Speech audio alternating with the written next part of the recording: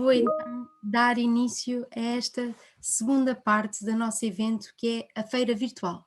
Para dar início, vou convidar o engenheiro Agostinho da Silva, o líder do consórcio, para poder fazer este momento. Uma vez mais, obrigado. Luísa, ninguém falou em ti, tu tens sido o pilar disto tudo. Tens sido aqui o motor disto tudo, a Luísa, enfim, a equipa que ela está a liderar. Eu não sei se o Dr. João Neves, se o nosso secretário de Estado da Economia já estará disponível. Eu tinha indicação de que ele estaria disponível às 2. Já está connosco. Estou. Estás? Ok, João. João, muito obrigado. Mas só estou disponível para durante uns minutos. Eu ao meio-dia e meia tenho um outro compromisso para que está presente. Eu saí do Conselho de Ministros para vir aqui. Muito obrigado, João. Bom, aproveitamos então esse tempo que tu tens. Sim. Bom dia a todos. Eu peço desculpa de ter entrado desta maneira um bocadinho abrupta. Mas de facto, enfim, quando se marcou esta iniciativa, eu tinha este compromisso, porque o Ministro não podia estar presente no Conselho de Ministros. E é obviamente com muito prazer que me encontro de novo com muitos de vós à volta de projetos que eu, como muitos sabem, considero muito importantes, porque são a resposta a problemas de natureza coletiva e também respostas colaborativas que podem permitir dar saltos, quer para o setor, quer para um conjunto de empresas que estão associadas a estes projetos. E o resultado, enfim, de sucessivas vagas de projetos de natureza colaborativa como aqueles que têm feito, tem permitido que o setor tenha se transformado de forma muito expressiva, que tenha ganho capacidade concorrencial dos mercados globais onde opera, e tenha permitido consolidar empresas e características do ponto de vista daquilo que são distintivas, que são muito importantes para que esta perspectiva de trabalho possa ter sucesso para o futuro. E, portanto, enfim, em primeiro lugar, o reconhecimento do trabalho que têm feito nestes anos já longos de transformação e de recuperação daquilo que são capacidades muito, muito fortes que Portugal tem nesta área, a partir de recursos endógenos, mas também de conhecimento que é incorporado à volta desses recursos. A segunda nota que eu gostava de dar é que, enfim, mesmo no contexto desta situação que vivemos, muito, muito complexa e muito difícil, que nos limita a todos, mas sobre a qual temos conseguido, de alguma maneira, reinventar as capacidades de articulação entre todos, que estes desafios de melhorar a capacidade concorrencial a partir de incorporação de conhecimento nos produtos, processos e nas competências dos trabalhadores e dos gestores das empresas é essencial também para o futuro. E nós vamos ter agora nesta fase de recuperação após a pandemia, que esperamos tão breve quanto possível, nós já estamos nisto há quase um ano, mas estamos sempre à espera que se passe por uma fase diferente.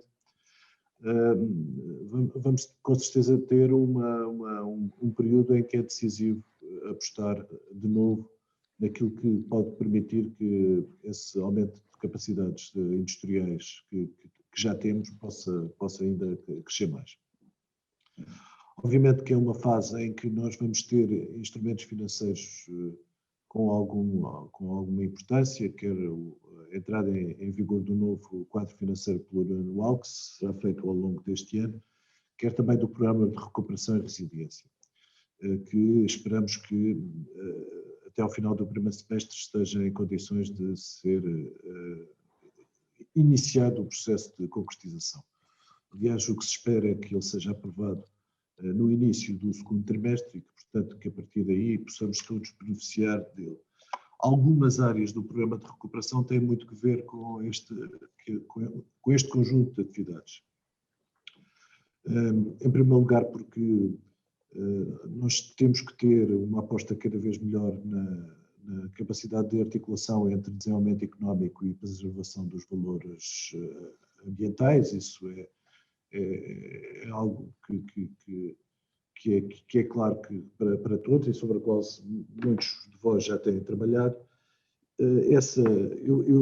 Percebi que parte da vossa discussão também se estava a centrar aí, portanto, na lógica da sustentabilidade dos recursos, não apenas do lado das matérias-primas, mas também dos outros recursos à volta do processo industrial, e é que, digamos que a dimensão de eficiência energética e de utilização de recursos energéticos de outra natureza mais amigos do ambiente possa ser incorporada. E esses desafios são desafios sobre os quais, digamos que o programa de recuperação vai se centrar muito, na dimensão de sustentabilidade e de eficiência energética, e, portanto, são áreas em que, eventualmente, do ponto de vista daquilo que é o pensamento que o setor já tem e que as empresas por si também têm, nós poderemos, com certeza, ter condições de suportar de forma mais forte do que, eventualmente, temos vindo a fazer do lado dos instrumentos públicos de incentivo ao investimento. Gostava também de vos deixar nesta linha uma nota que nós vamos ter, no quadro daquilo que tem vindo a ser designado por agendas para a reindustrialização, um esforço de apoiar projetos com características similares àquilo que são os projetos de natureza mobilizadora, mas que possam permitir também resultados do ponto de vista industrial mais evidentes. Não é? Normalmente os projetos de mobilizadores partiam da identificação de problemas, de encontrar respostas, e depois o processo de industrialização associado a essas mesmas soluções passaria para uma fase seguinte, em que cada um, do lado das empresas ou do lado das instituições, concretizaria projetos subsequentes. Aquilo que gostava de dizer é que nós tentaríamos integrar, digamos que pelo menos a dimensão de experimentação, de prototipagem das soluções em ambiente industrial, no quadro de projetos com as características dos projetos mobilizadores, mas um pouco mais integrados. E eu julgo que era muito importante que o setor e o cluster se preparassem também para esta dimensão deste tipo de projetos. Eles vão ser, obviamente, concorrenciais, ou seja, em função das propostas que nós tivermos, eles vão sendo apoiados, mas a preparação é sempre muito, muito decisiva para que não apenas eles possam concretizar em tempo, mas também para que eles possam ter as características de competição face dos outros setores, que lhes permita aceder, digamos, aos recursos que vão ficar disponíveis. Esta dimensão destes projetos de natureza mobilizadora com resultados de natureza industrial é feita no sentido de ajudar a que o processo de transformação ainda seja mais rápido do que aquele que vocês conseguiram protagonizar nestes últimos anos e que, portanto, que os resultados obtidos a partir da transferência de conhecimento e da sua utilização em ambiente industrial possa ser o mais facilitada possível. E, portanto, estas duas notas que eu gostava de deixar de forma breve, mas que eu acho que é aquilo que pragmaticamente, no contexto que nós vivemos, o que era mais importante vos transmitir é, resumido, por um lado, o reconhecimento, mas também, por outro lado, a responsabilidade que vocês têm de prosseguir este trabalho, obtendo ainda mais resultados, para que também, de algum modo, o debate público sobre aquilo que é a preservação dos recursos possa ser vista num contexto diferente. Como sabem, essa é uma dimensão crítica do debate público da sociedade, é uma lógica de às vezes muito excessiva olhar para a dimensão de preservação versus aquilo que é o resultado do ponto de vista económico, mas aquilo que se calhar importaria era tentar, enfim, também intervir nesse debate público do vosso lado, eventualmente de uma forma mais assertiva, que permita que as duas dimensões de preservação daquilo que são os valores associados à sustentabilidade e aqueles que resultam da possibilidade de, a partir de recursos que nós dispomos, ter valor económico associado e ter empregos e ter competências e ter capacidade de afirmação, possam ser mais conjugados e, portanto, que permita que nós não estejamos sempre a falar dos bons e dos maus da fita e daqueles que destroem o ambiente versus aqueles que criam valor económico, que as duas dimensões possam ser vistas em conjunto e, portanto, possam preservar aquilo que é não apenas valores que dispomos e condições de partida que temos, mas resultados efetivos daquilo que é o valor económico que nós podemos trazer para a sociedade e para as pessoas daquilo que é a atividade económica nestas áreas. E, portanto, eu peço desculpa de ser de forma muito telegráfica a minha participação neste vosso encontro. Estou certo que em condições diferentes, no futuro teremos também condições para eu próprio me aperceber melhor daquilo que é a vossa atividade e os vossos projetos e as vossas ambições, mas sobretudo desejo-vos que força e capacidade de resistência num ambiente difícil, porque é também da vossa capacidade que nós podemos ter condições de o país poder prosseguir com o esforço que tem que prosseguir para se responder não apenas a esta crise, mas para se afirmar do ponto de vista do desenvolvimento económico e social. Muito bom dia a todos e peço desculpa desta minha mensagem muito telegráfica. Agostinho, um abraço também para ti. Obrigado, João. Muito obrigado. Eu não sei se existe assim uma pergunta rápida que consigam colocar ao nosso secretário de Estado de Economia. Talvez ele tenha aqui um minutinho para responder. Há alguma coisa aí, Luísa, que se possa... Há uma pergunta aqui, João, permite-me tratar assim, enfim, sempre nos tratarmos assim. Há uma pergunta que aparece sempre aqui no radar destas coisas, que é o acesso ao território, a lei das pedreiras e isso. Eu gostava de dar assim uma fotografia, assim, um retrato fotográfico do que é que está hoje em discussão, o que é que vem por aí, o que é que podemos contar. Enfim, a discussão sobre este tema eu estava a sinalizá-lo como um tema muito decisivo, não é? Na verdade, há agora uma visão sobre os recursos e a exploração dos recursos que estão na terra, não é? Que são do domínio público, uma visão muito restritiva sobre a sua utilização e em que o valor da preservação se coloca num patamar superior àquilo que é o valor da potencialidade económica que resulta da sua exploração. Portanto, este é um debate que às vezes é feito de muitos mal entendidos, mas que é um debate que veio para ficar. E a legislação é sempre o resultado destas tensões que no lado da sociedade existem. Portanto, evidentemente que a legislação sobre a exploração dos recursos minerais e o seu valor económico está neste quadro de discussão. Nós vamos ter cada vez mais dimensões de natureza restritiva na forma como se utilizam os recursos e, portanto, isso eu julgo que é inevitável.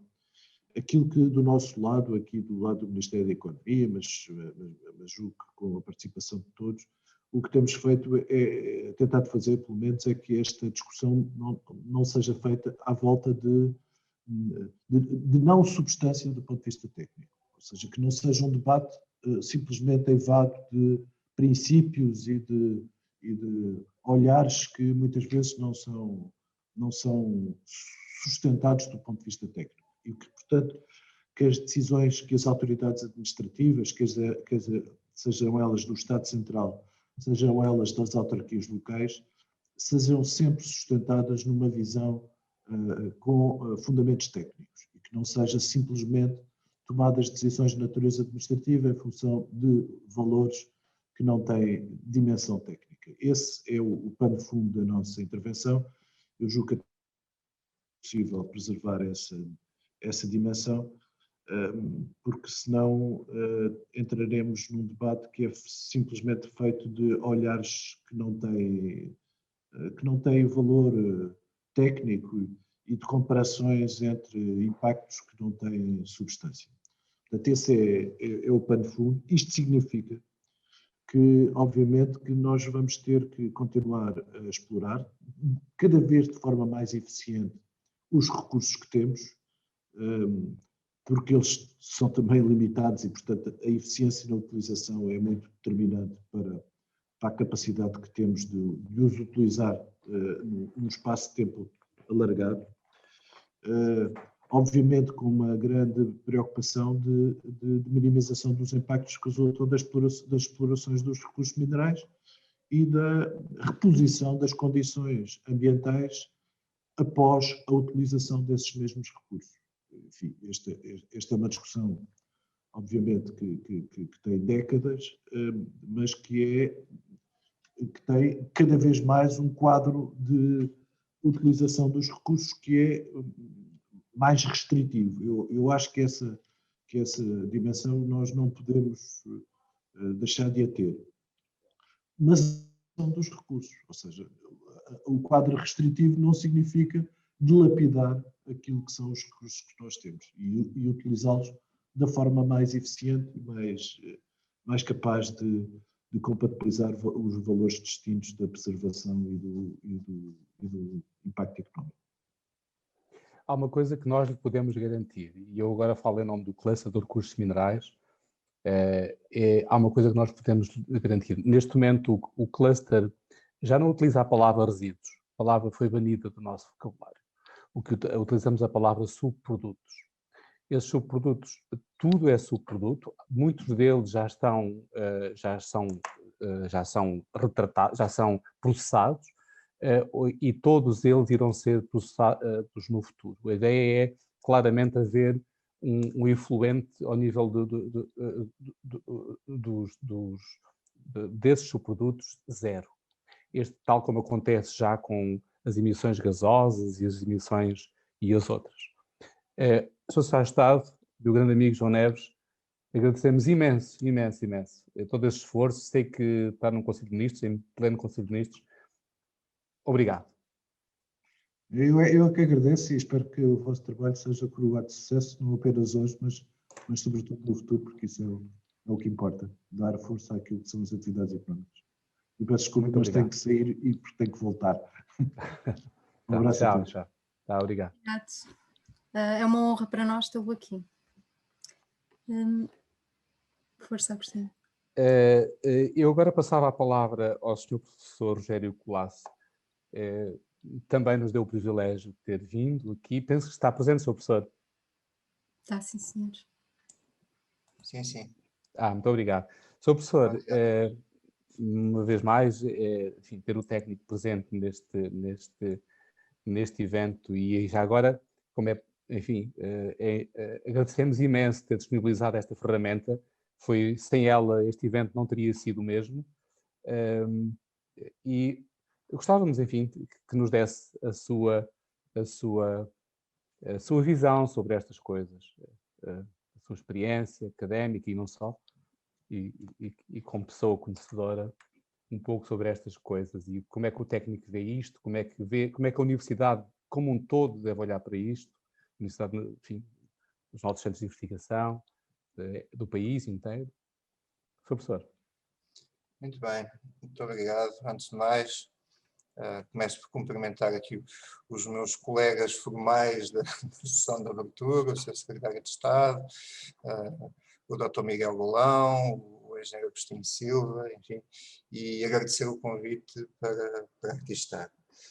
E agradecer o trabalho de todos os que se empenharam neste projeto mobilizador e na organização, naturalmente, deste evento em que estamos aqui todos. Não é?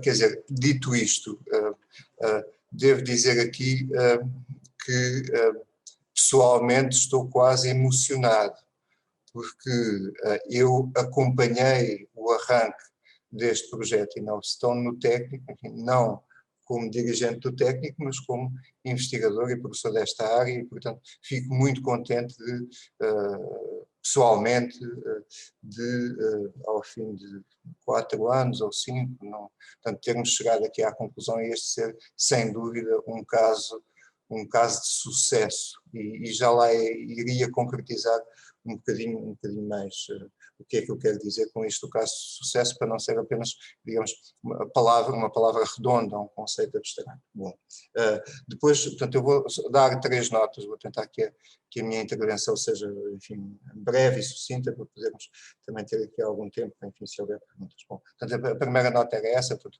cumprimentar a todos e agradecer o convite para estar aqui e dar nota, enfim, da minha alegria de ver o sucesso com que esta iniciativa decorreu e terminou. Bom, portanto, já agora, portanto, uma quantificação desse sucesso é num evento deste, não é? Neste momento temos 100 participantes aqui, mas há bocadinho quando eu entrei tínhamos 109, portanto, digamos, isto é uma medida do impacto que esta iniciativa em si teve, uma pequena medida, mas não deixa de ser uma medida quantitativa. Bom, depois, a segunda nota que eu ia dar era, não como presidente do Instituto Superior Técnico, mas como investigador. Queria dar aqui algumas notas e acabei de ouvir aqui o Agostinho da Silva a dar precisamente a falar disso, que é a questão dos resíduos, enfim, que era uma das coisas que eu ia falar aqui, enfim, que é a minha percepção, talvez, enfim, não muito concreta neste momento, já há alguns anos que eu não acompanho este setor com algum cuidado, mas que eu penso que talvez não esteja muito longe daqui, ouvindo aquilo que disse o Agostinho da Silva, digamos, na mesma linha gostava de mencionar. E que é o seguinte, portanto, o setor da pedra, da rocha ornamental, ou até dos materiais naturais, mas neste caso aqui falando do setor das rochas ornamentais em particular, digamos, têm estado, é um setor de enorme impacto na economia do país, mas que, do meu ponto de vista, chegou até há alguns anos atrás a uma situação, e eu tenho dito isto em alguns sítios e comentado isto com alguns colegas, uma situação que existia, por exemplo, noutro setor de materiais naturais com um impacto económico grande no nosso país, que é o setor da cortiça, e que é o seguinte: a abundância era tanta que não havia necessidade de olhar para a eficiência de aproveitamento dos recursos iniciais e da matéria-prima. E, portanto, por exemplo, olhando para a cortiça, há 30 anos atrás, digamos, o aproveitamento do material a partir da sua origem era inferior a 65%, eu não tenho a certeza, mas penso que na rocha, no setor da rocha neste momento será ainda um pouco abaixo disto, e depois, e o que acontece, enfim, ali no final dos anos 80, no início dos anos 90, há um esforço importante de desenvolvimento de aplicações que transformem resíduos em subprodutos. E hoje, portanto, o que acontece no setor da cortiça é que, de facto, a eficiência de aproveitamento da matéria-prima original está muito perto dos 80-85%. Bom, no setor da rocha ornamental, esse caminho, digamos, é necessário fazer, portanto, e este projeto, pelo que eu tenho acompanhado um pouco à distância, portanto, terminou em 31 de dezembro, um passo essencial e determinante para caminhar nessa direção e noutras direções que são importantes para o setor. Ou seja, esse caminho, e se nós olharmos, por exemplo, que eu estava a dar da cortiça, a ser feito, não pode ser feito sozinho por ninguém. Ou por ninguém sozinho, assim é que é bem dito. Não, quer dizer, eu imagino que as empresas ou o setor empresarial não o pode fazer, não o consegue fazer sozinho. Os centros tecnológicos também não o conseguem fazer sozinho. Os centros de investigação, que estão essencialmente centrados nas universidades, também não o conseguem, então aí é que esses não conseguem de todo fazer esse caminho sozinho.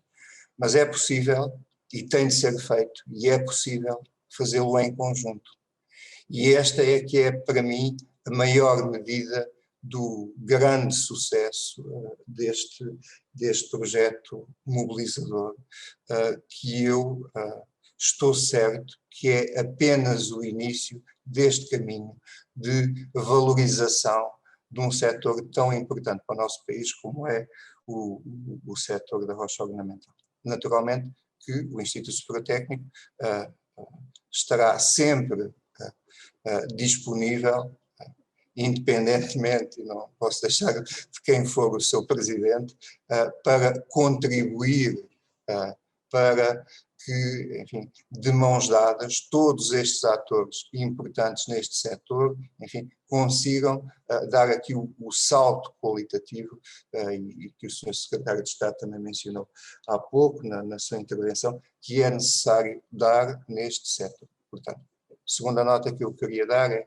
contem, todos os que estão aqui à minha frente, com o apoio que o Instituto Superior Técnico puder dar nesse caminho. E agora, portanto, isso era a última, a terceira e última nota que eu queria dar, de que forma é que o Instituto Superior Técnico, enfim, e outras instituições, nossas congêneres, não quero ser aqui monopolista, outras universidades, outros centros de investigação podem dar, mas o que é que nós podemos fazer concretamente? Bom, podemos trabalhar, enfim, nesta área de interface que tem de envolver e que vai envolver em áreas importantes, nomeadamente na próxima década, com as ferramentas de financiamento que aí vem, que o Sr. Secretário de Estado mencionou, que são áreas de interface entre universidades, empresas e centros tecnológicos. O que é que, do lado das universidades, que é aqui o que eu estou a representar, o que é que podemos contribuir, como é que podemos contribuir? Portanto, naturalmente, este meu discurso acaba por ser aqui um bocadinho redundante, porque o InnovStone já aprendeu como é que isso se faz, mas essencialmente só aqui, enfim, para fazer o sublinhado em 3 linhas. Portanto, a primeira, que é aquela que eu penso que, em princípio, nós pensamos sempre por omissão, é, bom, vamos às universidades, vamos lá buscar investigação e desenvolvimento. Correto. Portanto, essa é a primeira coisa, ou é uma coisa que é importante, e é importante que possa vir ser buscada, digamos assim, às universidades, mas não é a única. Há mais 2 coisas muito importantes que podem contribuir, digamos, para este salto que nós precisamos de fazer. As universidades podem contribuir e devem e vão fazê-lo nos próximos anos e seguintes, e têm de o fazer bem, na capacitação dos recursos humanos já existentes, enfim, em empresas, em centros tecnológicos. Porquê? Porque estamos a falar de um tempo de mudança de paradigma.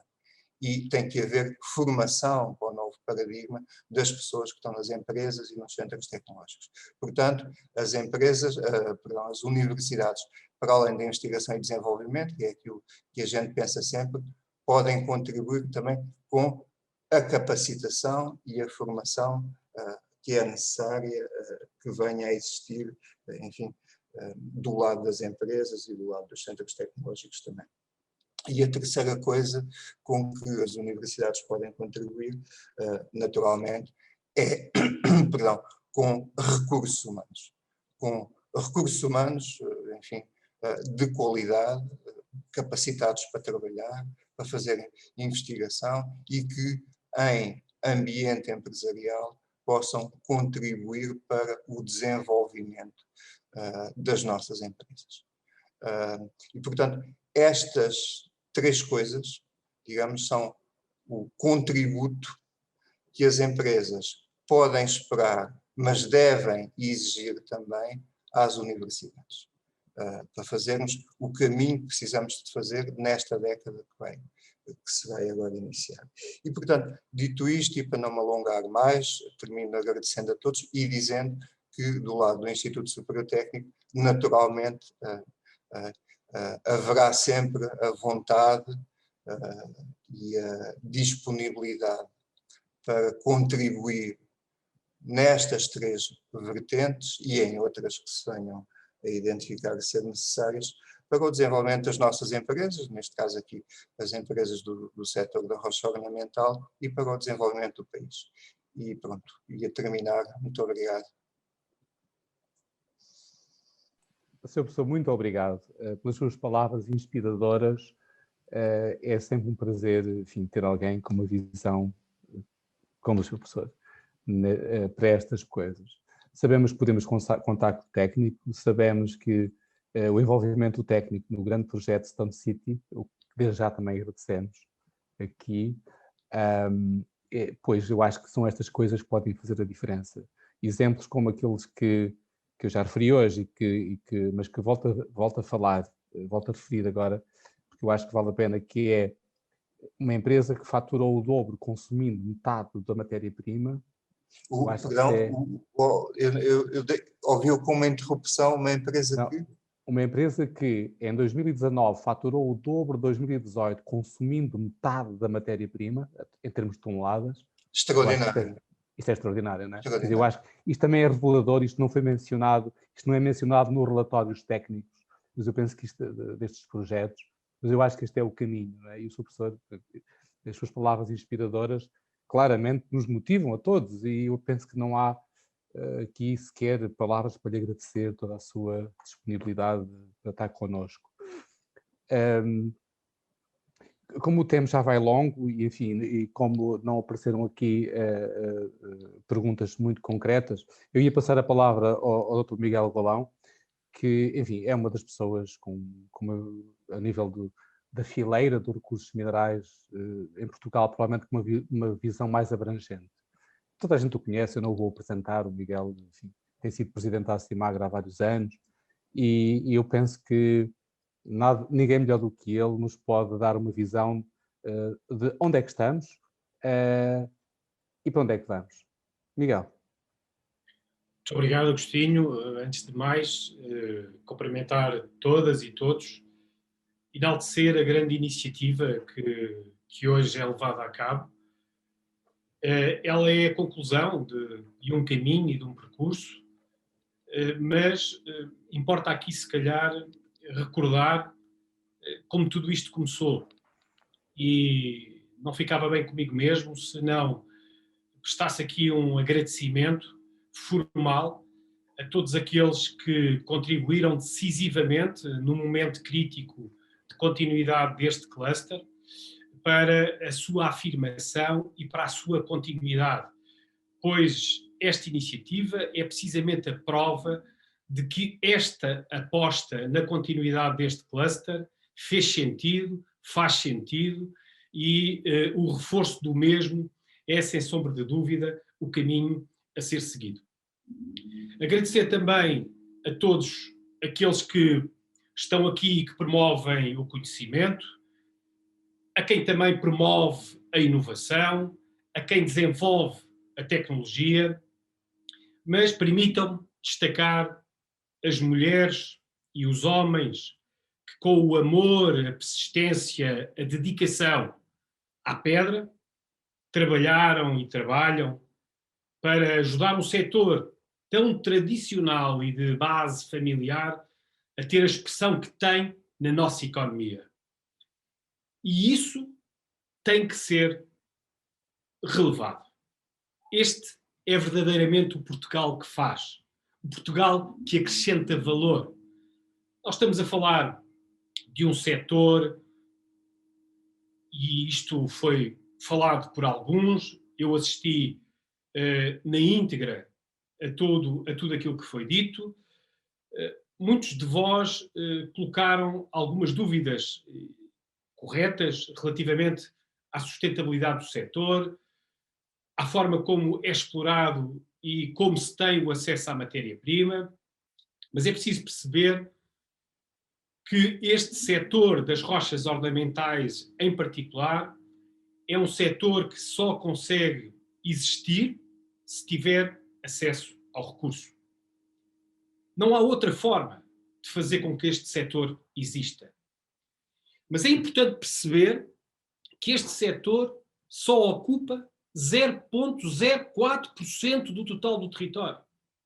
Há muitos que julgam que somos um setor muito evasivo que ocupamos a maioria do território, mas desenganem-se, apenas 0,04% do total do território é ocupado por nós. Nós representamos apenas 0,08% do total das empresas portuguesas. No entanto, conseguimos acrescentar à nossa economia 0,32%. Imaginem se mais território nos fosse concedido. É este exercício que é preciso ser feito. É preciso conhecer aquilo que temos.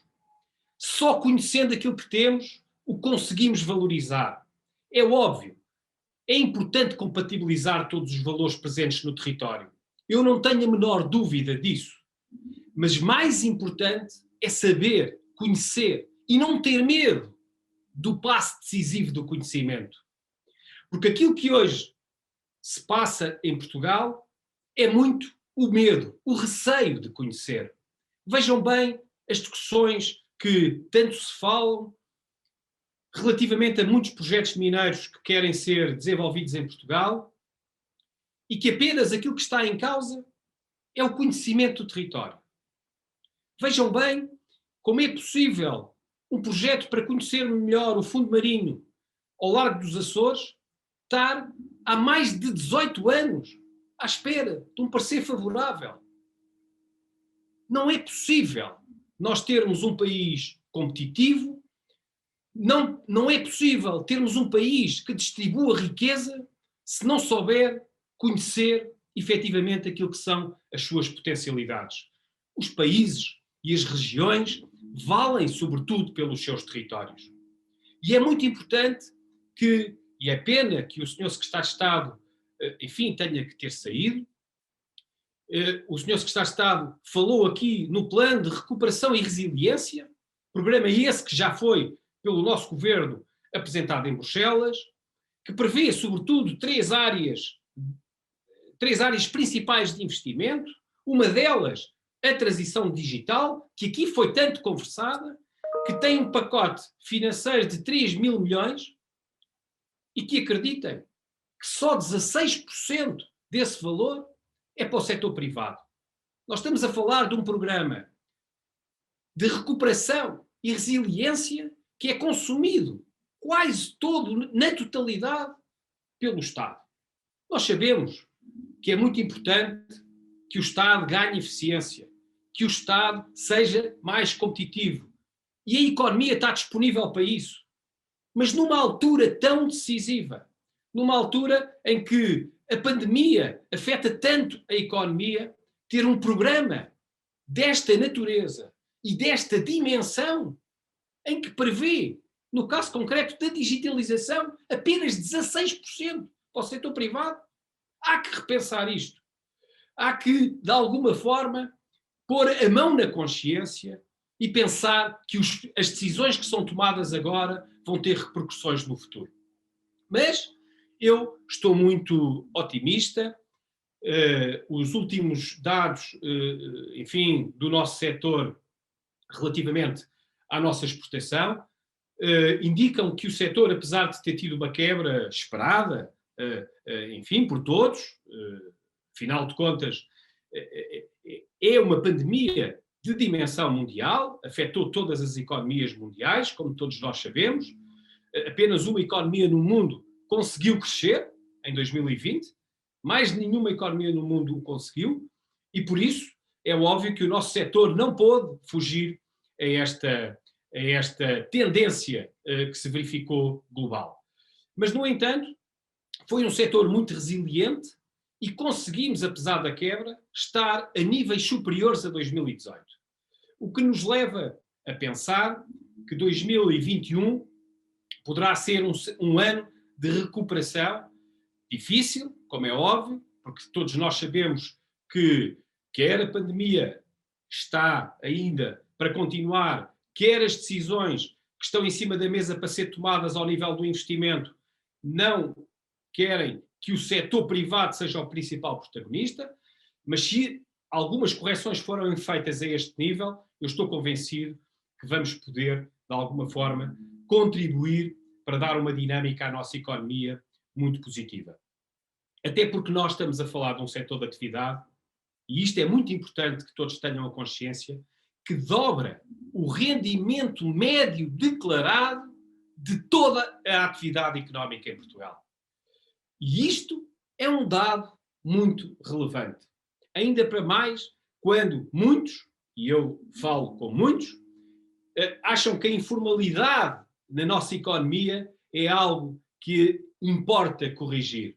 Nós, a esse nível, também já somos um setor muito adulto. Dobramos o rendimento médio declarado de todas as atividades económicas em Portugal. Só há uma atividade económica em Portugal que consegue estar acima do nosso valor acrescentado, que são as telecomunicações. Mais nenhuma outra consegue ter o valor acrescentado bruto que a nossa indústria extrativa tem em Portugal. Exportamos mais de 1 bilhão de euros, dos quais 420 milhões em rochas ornamentais. Portanto, somos um setor em que importa olhar e apostar, e eu não tenho a menor dúvida, se essa aposta for feita de uma forma efetiva, que as nossas projeções de que estamos a falar de um setor que pode valer entre 2 a 3 PIBs, pode efetivamente vir a concretizar-se. Não vos aborrecia muito mais com isto, apenas acrescentava uma nota àquilo que o Agostinho há pouco referiu, do contributo que esta digitalização, esta transformação que este projeto veio trazer ao setor das rochas ornamentais em concreto, acrescentava algo que é muito importante, que é o facto de, pela primeira vez, nós verificarmos alguns projetos que são ganhos por empresas portuguesas lá fora, não só pelo fator preço. É raro nós termos, em outros setores de atividade, a vantagem competitiva de ganhar projetos que não seja pelo preço. Nós hoje podemos afirmar que o setor ganha obras no mundo não por fazer mais barato, por saber fazer, por saber fazer melhor que todos os outros. E por isso, este é o inconveniente destes eventos digitais. Eu tinha aqui algo que tinha o prazer de vos oferecer, que é a última publicação que a Acimagra fez para dar a conhecer ao mundo aquilo que são, ao fim e ao cabo, as grandes obras que o setor tem sabido fazer, sabido construir por esse mundo fora, ajudando a divulgar a imagem de Portugal. Mas terei muito gosto, enfim, de quem estiver interessado, de vos poder depois oferecer um. Não por agora pessoalmente, como era o meu desejo, mas enfim, posteriormente. Muito obrigado.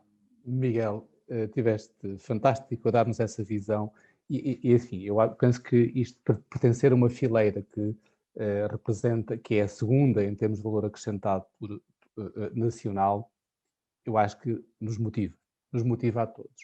E é preciso, nós temos que perceber que, enfim, muitos de nós já lemos A Causa da Riqueza das Nações, do Adam Smith, certamente. Foi um livro escrito num contexto diferente, há 250 anos, em que ele basicamente disse como é que uma nação se podia tornar a mais rica do mundo. Ele escreveu, ele estava longe de imaginar que iria ser o pai da economia, estava muito longe disso. Na verdade, ele escreveu um livro sobre como é que a Inglaterra, no contexto da primeira era industrial, se podia tornar a nação mais rica do mundo. Às vezes penso, e cada vez mais penso nisto, sinceramente, que nós ainda não compreendemos o livro, pelo menos nós em Portugal. A riqueza de uma nação faz-se exatamente pelo valor acrescentado, por via do valor acrescentado. É exatamente aqui, como o Miguel frisou, disse muito bem, o valor acrescentado é que é do valor acrescentado que nós vivemos, não é das exportações propriamente ditas, enfim, ou da percentagem de exportações, ou até sequer do volume de exportações. Nós vivemos da riqueza criada. Miguel, eu ia só fazer uma pergunta muito rápida e eu vou introduzir aqui uma pessoa nova que não está no programa, que é o professor Pedro Amaral.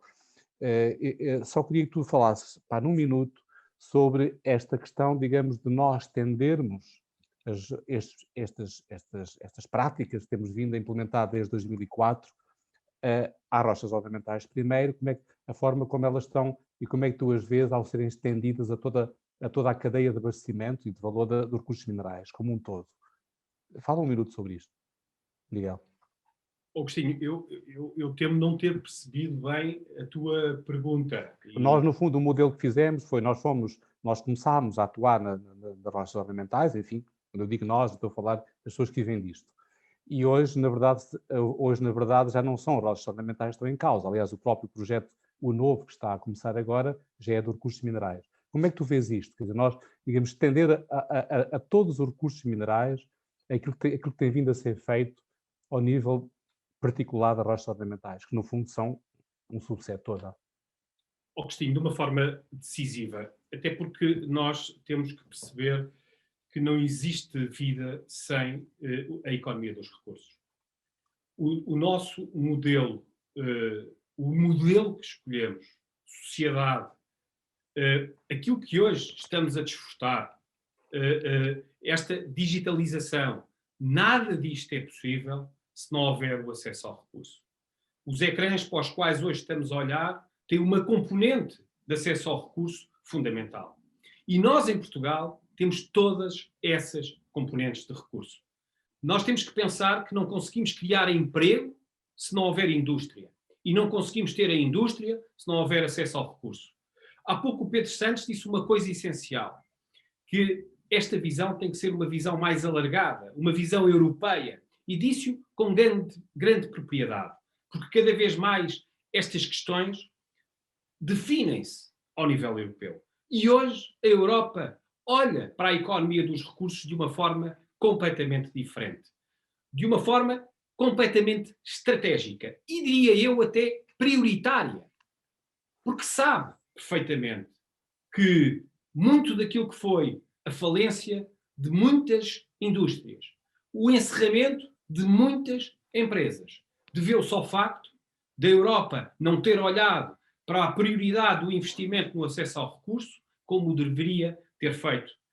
E então, agora, já olha com uma prioridade completamente diferente para os recursos. Por isso, a aposta que o cluster deverá fazer no alargamento para os outros recursos minerais existentes em Portugal, é óbvio que terá que ser uma aposta feita e será, sem sombra de dúvida, uma aposta ganha, porque Portugal tem esses recursos, é conhecido por todos, e eu julgo que hoje na plateia também temos alguns elementos do LUNEG que poderiam, mas eu julgo que também não há tempo para isso, que poderiam ajudar nesta definição, digamos, estratégica do mapa geológico português, mas Portugal, como dizia, tem recursos suficientes para tornar, como eu há pouco disse, um valor económico como nunca antes foi pensado algum dia existir um setor com este valor. 3 a 4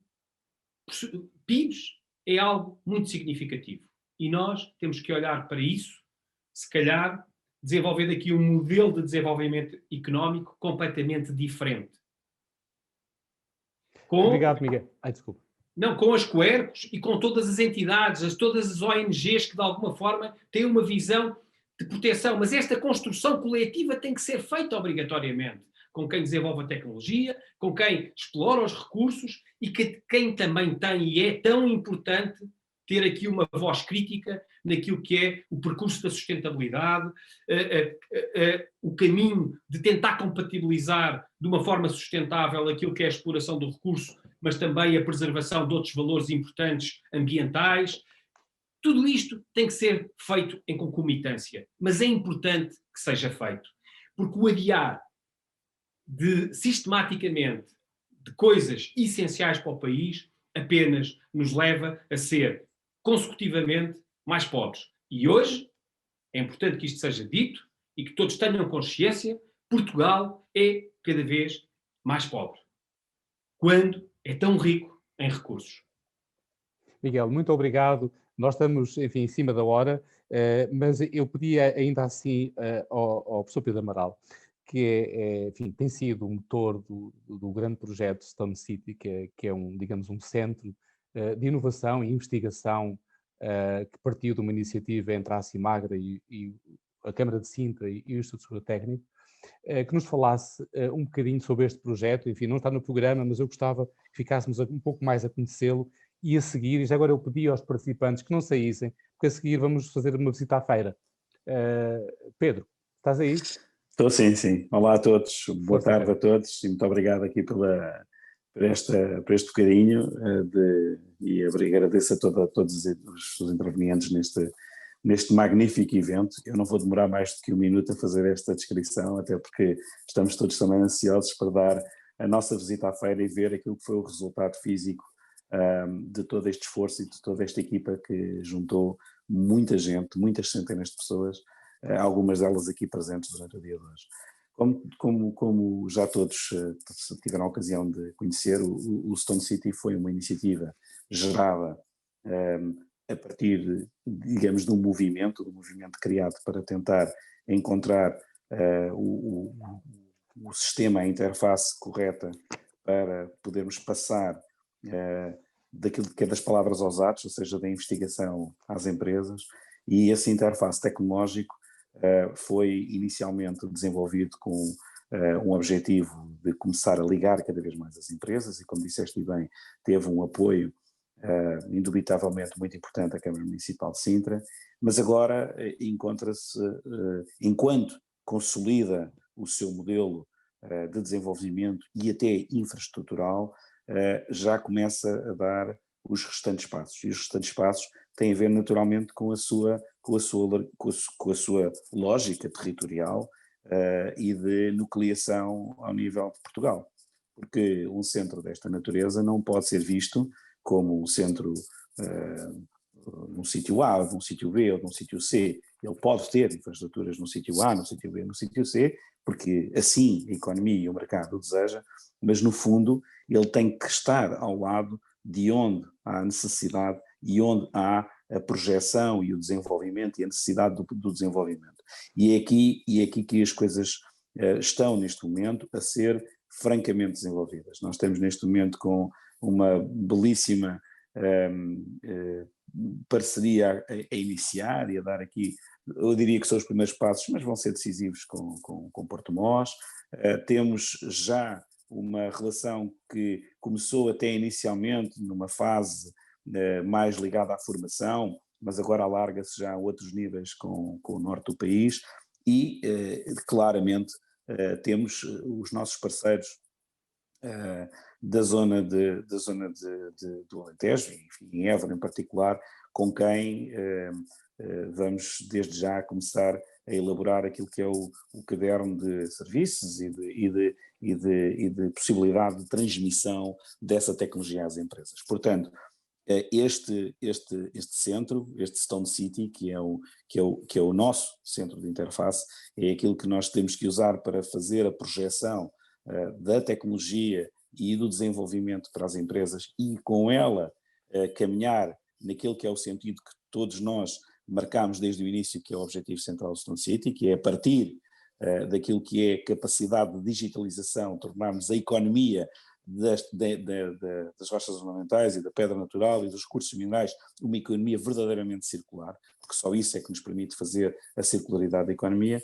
O nosso grande objetivo, e o objetivo é, neste momento, obviamente, termos esta ligação, esta nucleação a todas estas regiões, formando aí aquilo que são as atividades centrais e que vão designar, nomeadamente, aquilo que vai ser os próximos passos, e já temos alguns bem fortes para dar, o novo mineral já a começar, e em breve estou seguro que teremos também a nucleação deste nosso centro e desta nossa atividade dentro do polo de digitalização e do hub de digitalização, os chamados Digital Innovation Hubs, para os quais nós vamos candidatar-nos desde já a sermos líderes de um hub digital europeu. Portanto, esta é a nossa visão, é aqui que nós nos centramos com as empresas, com a colaboração de todos, e faço, enfim, desde já um agradecimento a todos que tiveram muita paciência e muito cuidado em estar aqui nesta sessão. E agora, depois do agradecimento, passar-te a palavra e deixar-nos regular o resto que aí vem. Muito obrigado, Pedro. Muito obrigado. Ficamos a saber então que o Stone City irá ter vários polos pelo país, identifico para além, digamos, da sede em Pedro Pinheiro, Esses polos serão em Porto Mós, serão no Alentejo, serão Porto Mós, enfim, centro, serão entre os montes, muito provavelmente, enfim. Pedro, muito obrigado por tudo.